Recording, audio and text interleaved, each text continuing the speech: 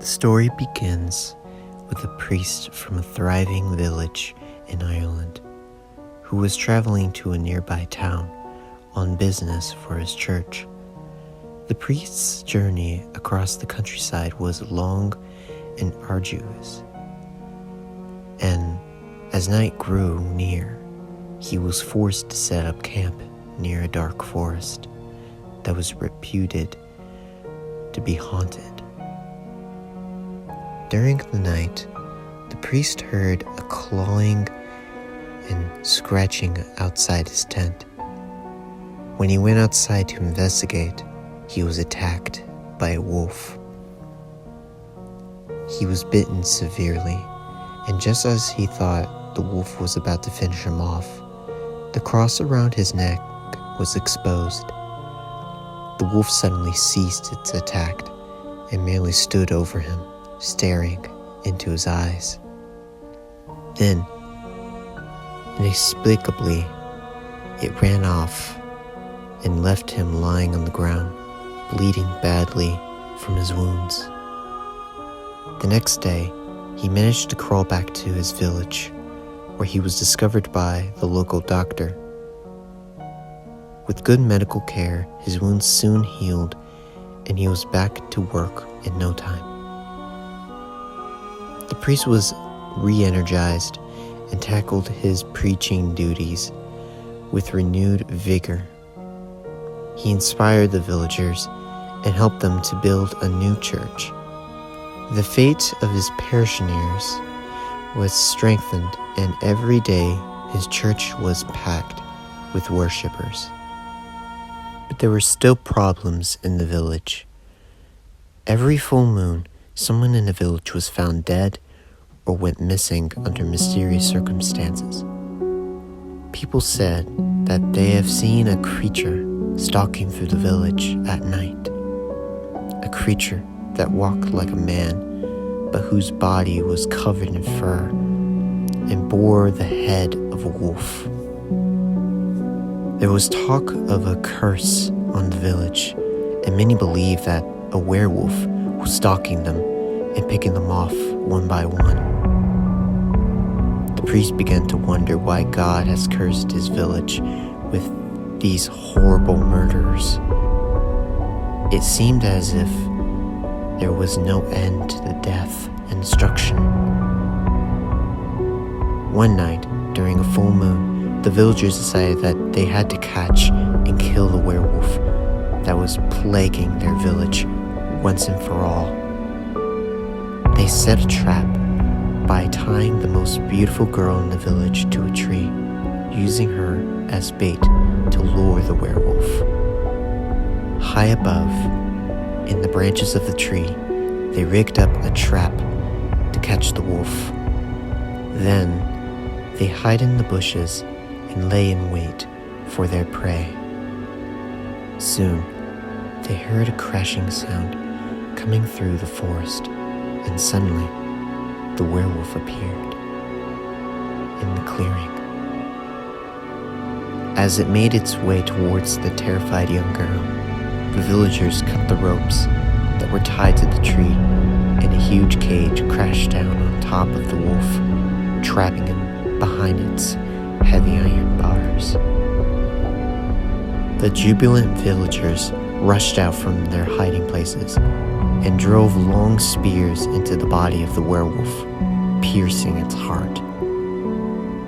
As the monster collapsed on the floor of the cage, the people watched his hairy body ripple and change. Gradually, the creature changed from wolf to man as the life ebbed from his body. The villagers fell to their knees and began to weep as they realized that they had killed their beloved priest.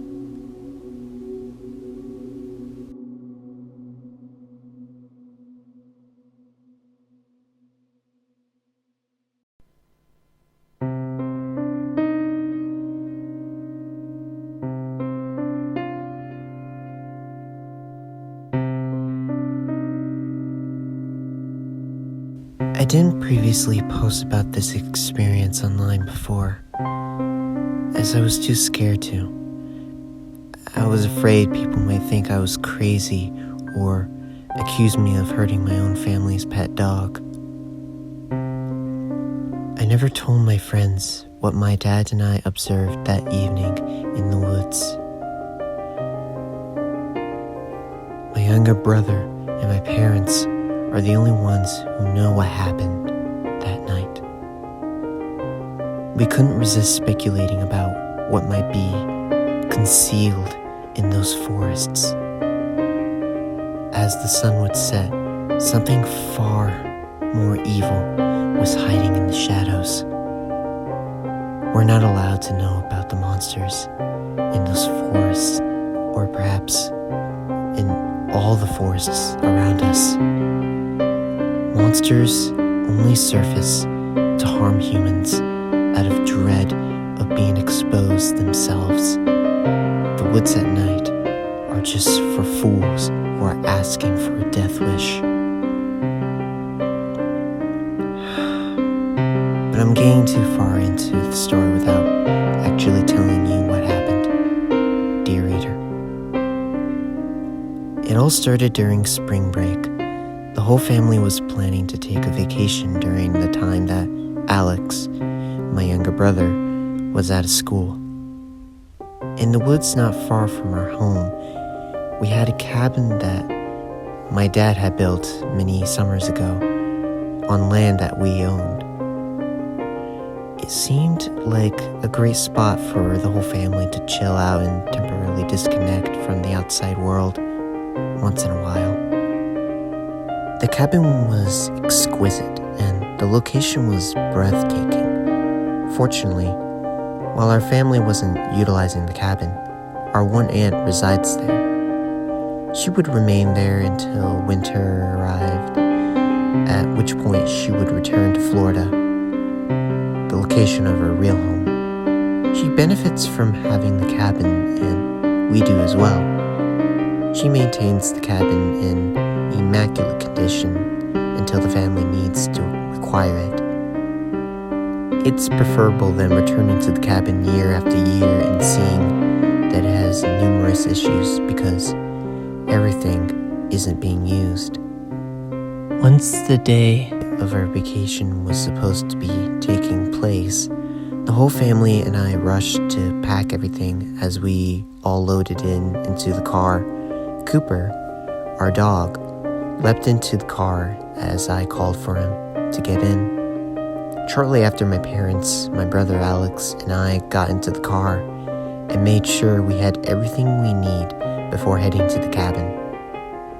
The drive to the cabin took an hour, despite the fact that it was somewhat closer. Once we arrived at the cabin, in the hour that it takes to get there, my brother and I were immediately told by our mother to gather our belongings, get in our bedroom, and begin unpacking as soon as we got to our bedroom.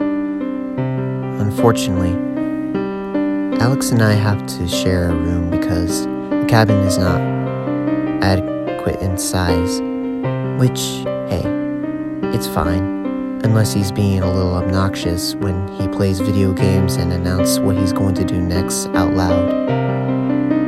Alex and I both hurried inside the room to see who called the top bunk before the other could. Alex was no match for me, as I dumped my items on the top bunk. I won! I yelled as loud as I could. Not fair! Knowing that he had lost, Alex pouted and stomped loudly into the room. His tiny face twisted up into a pouting frown. Life isn't fair, loser, I said, ruffling his hair before leaving the room to assist my parents in unpacking their remaining belongings. After an hour or so, everyone was uncomfortable from unpacking as we all crashed on the couch. I watched as my dad took out his laptop and asked if I would want to watch some of the camtrail footage he has taken. I enjoyed watching this with him, so I agreed. I was only permitted to spend quality time alone with my dad during the period. It was the only time I could, otherwise Alex was glued to my side. But luckily, he believes that watching this material is tedious and slow. That's possible if we received nothing yet. Occasionally, we saw incredible things, like a deer eating and mountain lions roaring about. We occasionally saw a pack of coyotes running around as well. It was so much wildlife out there that it amazed me. We have the ability to record and then watch what we caught on camera. My dad and I settled into our 8-hour video together on the couch. The camera's recorded for that amount of time before turning off and beginning a new video pan. We don't have the money, but my dad is considering upgrading these cameras to last longer. We thus make do with what we have. Even though we fast forward over the most of the 8 hours that we watched the film, it really only took us 2 hours to finish. Nothing particularly noteworthy occurred. After a couple of deer came into view, the area was completely silent after that. We did have more footage to look over, but after the first pan 8 hours, me and my dad weren't actually up for another 2 hours of nothingness, as we decided tomorrow would be better to watch some more. We all showered and gathered around the table while my mother prepared dinner onto the table. On the table was a roast, accompanied by mashed potatoes, corn, and gravy. My stomach rumbled as the aroma of food was wonderful. Everybody filled their plates to the brim and proceeded to eat. Cooper was waiting for food to fall from beneath the table, so I carefully sneaked a few bites of meat here and there for him. I assisted Mom in cleaning away the dishes after supper, while Alex went outside so Cooper could use the wilderness as his restroom. At this point in the story, I really should have been the one to take Cooper outside. I was typically the one to do it, but this time Alex wanted to, which was rare as he found it incredibly boring to stand there and wait for the dog to go. But we allowed him, and that's where things took a turn for the worse for us. About 10 minutes later, Alex ran back into the cabin, sobbing and howling like a newborn. My parents hurried to the youngster, who was sobbing uncontrollably. While they were trying to calm him down, my father inquired, "Where's Cooper?" until my brother was at ease enough to explain what happened. Alex just sobbed. My parents held him to try and calm him down. Once he was calm enough, he pulled away from my parents as he looked at them and cried out, He took off!" It wasn't all that unusual for Cooper to simply bolt. He might chase after a small animal if he smelled something, but he would finally return when you call him for a bit. When it's discovered it had been a while before Alex returned with our dog, Alex said that he shouted for him numerous times and even waited for him. My mother said, "Should we look for him tomorrow? He could take care of himself since he's a pretty large dog, right?" "No." My father shook his head. "Not in the face of a large black bear or a mountain lion. I doubt he could make it through. But he might be able to fight it off for some time." My dad pauses before saying, "I'm heading out to find him." "May I also go?" I inquired. After glancing at me and pausing to consider his next move, my father said, "Go get ready. I ran into the bedroom, pulling on hiking boots, a jacket, and trousers. When I was ready, I even looked through my backpack for a flashlight for a little while. Although it wasn't very large, it had to do for now. As I emerged from the room, my father was loading the shotgun he had brought with him. On occasion, he would practice a little while traveling with it up into the woods. My mother warned us to be careful, and my father gave her a kiss after giving each other a nod. We left through the front door. After roughly 30 minutes of walking around, we saw no trace of Cooper. It was quite chilly by now, and it was getting dark outside as I was rubbing my hands together to keep them warm. I just happened to glance down at the point, and I saw something. A speck of blood. I crouched down to further inspect it, and to my horror, it was indeed blood. Fresh blood. I yelled for my dad as he came running over to me. He crouched down next to me, and he too touched it. It was undoubtedly blood, and it was undoubtedly fresh. What the hell happened? My father muttered to himself as I heard it. He got up and motioned for me to follow him as he followed the blood trail deeper into the forest. It was not much at first, just droplets here and there. We assumed that Cooper had simply been attacked, but he was okay. Perhaps even survived to tell the tale. However, that was fleeting as we began to see a significant increase in blood as we followed the trail. My assumption of Cooper being okay slowly faded into the horror we were about to see our beloved family dog in. Cooper undoubtedly engaged in some sort of combat with whatever had him. I had a terrible feeling that Cooper wouldn't be found alive. My father, on the other hand, thought differently, as he demanded that we still search for him just in case he escaped. Based on the appearance of the blood, he may have smelled a bear, startled it, and engaged in combat with it. If only it was accurate. We continued to walk, calling Cooper's name in the hopes that he would return to us after we called him.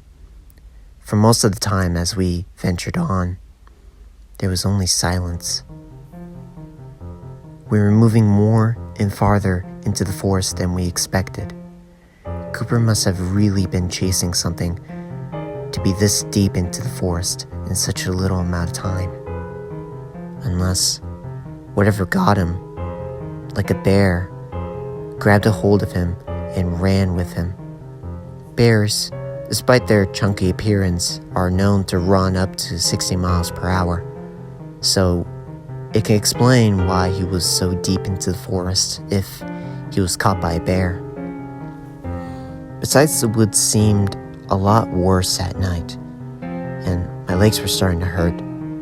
Despite having a flashlight, it was barely bright enough to see approximately 3 or maybe even 5 yards in front of us. It wasn't really that great of a light.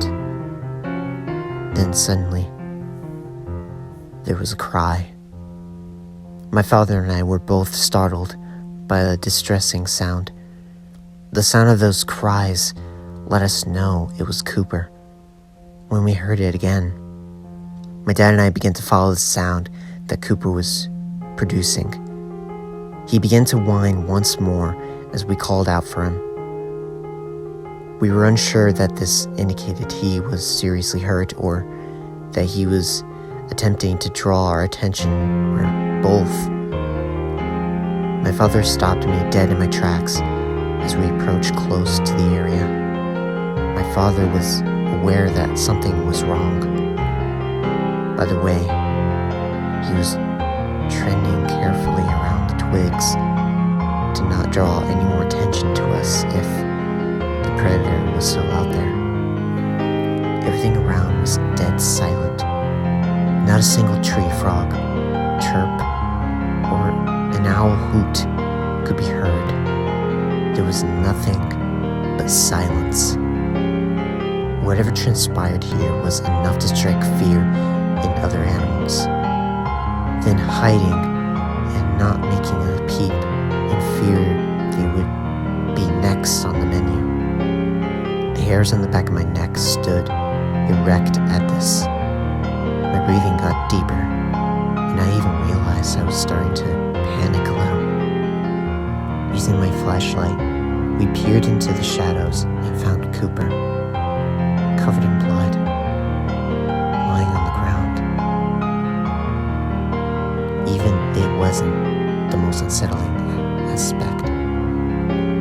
I swear, I saw my own dog's insides peeking out from a massive rip on his side. I covered my mouth to try not to throw up. The poor quality of my flashlight prevented us from seeing very well. However, I can verify that my dog was severely injured beyond repair. He was going to die, whether we did anything to help him or not. Just as we were getting a better look at Cooper, a hand materialized out of nowhere.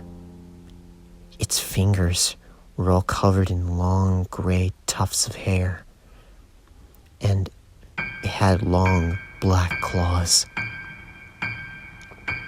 Whatever that human-like hand belongs to, it seized up Cooper and dragged him into the shadows. The pull on Cooper was unbearable as he cried out in agony. I was so sorry for him that this made my stomach turn. But there was no time to feel sorry for ourselves since we could hear that thing growling horribly. It had a hybrid human-animal-like sound coming out from that thing that was still in the darkness, where we couldn't see it even with our flashlights. As the monster gradually came into view, with a flashlight indicating its presence, my dad and I were left speechless. What we saw made both of us gasp. This creature has a man's torso and the head of a wolf or some other dog. It had patches of fur scattered around its mostly nude body. The only furry thing on it was its head, with its golden eyes. It was staring directly at us. It stood on 2 feet. It was enormous and muscular in size. The creature released a terrifying, deep, rumbling growl, and I could smell the rotting meat stench off its scorching hot breath. It roared and moaned much louder at us once it saw we spotted him. It roared like we weren't supposed to have seen what this thing was. It seemed rather upset, and now that we saw it, we were next on being executed like our dog was. Luckily though, my dad wasn't sticking around to find out. Without hesitation at all, my dad raised his shotgun and took a shot at the beast. My father ordered me to run as it let out a wail of pain. I spun around and took off running for my life before my father joined me and we fled back home. I heard him fire another round. We couldn't even tell if the wolf-human hybrid was tracking us or if it had been too injured to continue pursuing us. Since I wasn't going to turn around, I prayed it didn't try to chase us.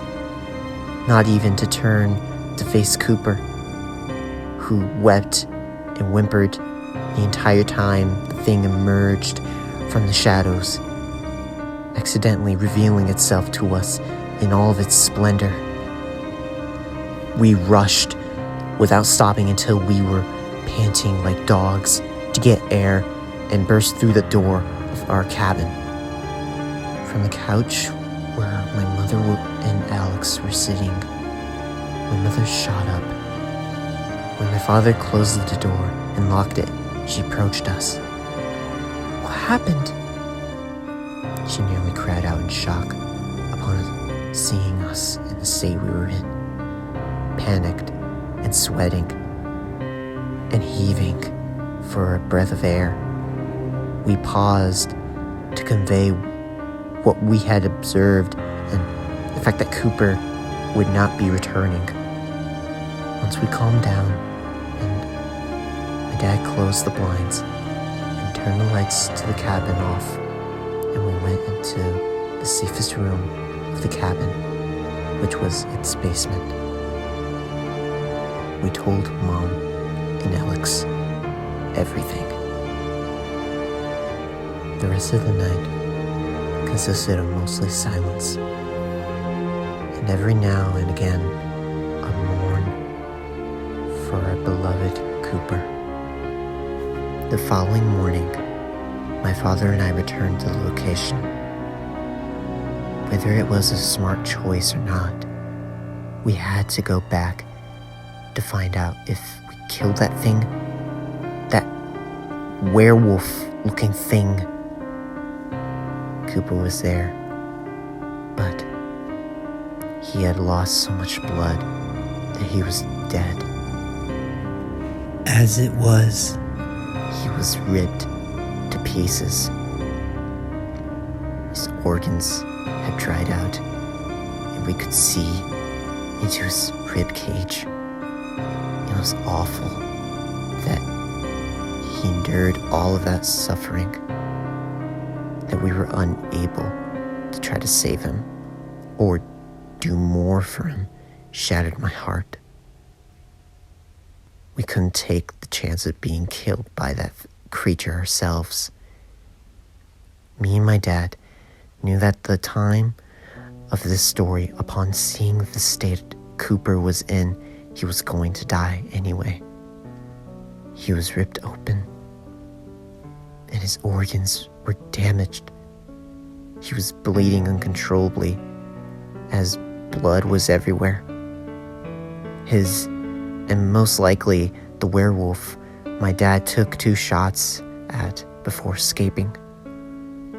If anything, we did what we could, and we did only what any sensible animal would do when they know they might die, is to flee.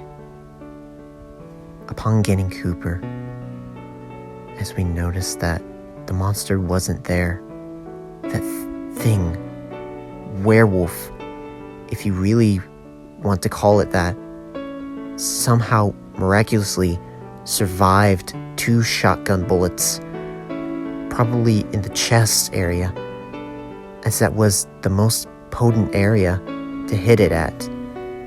If that didn't take the beast down, then I'm terrified to even encounter it again, knowing even a shotgun couldn't take out that beast. The werewolf, as I like to refer to the beast, as was just gone. What was left was dark stains, blood from where the bullets hit the werewolf. But it sadly didn't die with just 2 shells. Who knows how many more are needed before this thing actually dies, or what actually kills it. Maybe shotgun shells are what you need to kill the beast. Maybe it's just like in the movies. Maybe you actually need silver to kill it. we weren't going to stay here for the remainder of the trip. So my dad told me to help my mom pack the remaining items as soon as we returned back. There's something considerably stronger than any animal in those forests. And our Great Dane, Cooper, was killed by it. For his size, he was huge. That werewolf could easily take out a human if it was able to take him out with little resistance. However, my family and I made the decision not to stay to find out. Wrapped in my blanket, we returned Cooper to the cabin. At the sight of our cherished puppy, my mom started crying. Alex sobbed as well, and I tried to be a man and choked back a few tears. I promised myself that I would return to these same woods when I'm old enough to slay the creature that had killed my dog. And when I do, I'll use its pelt as a consistent reminder that Cooper received justice.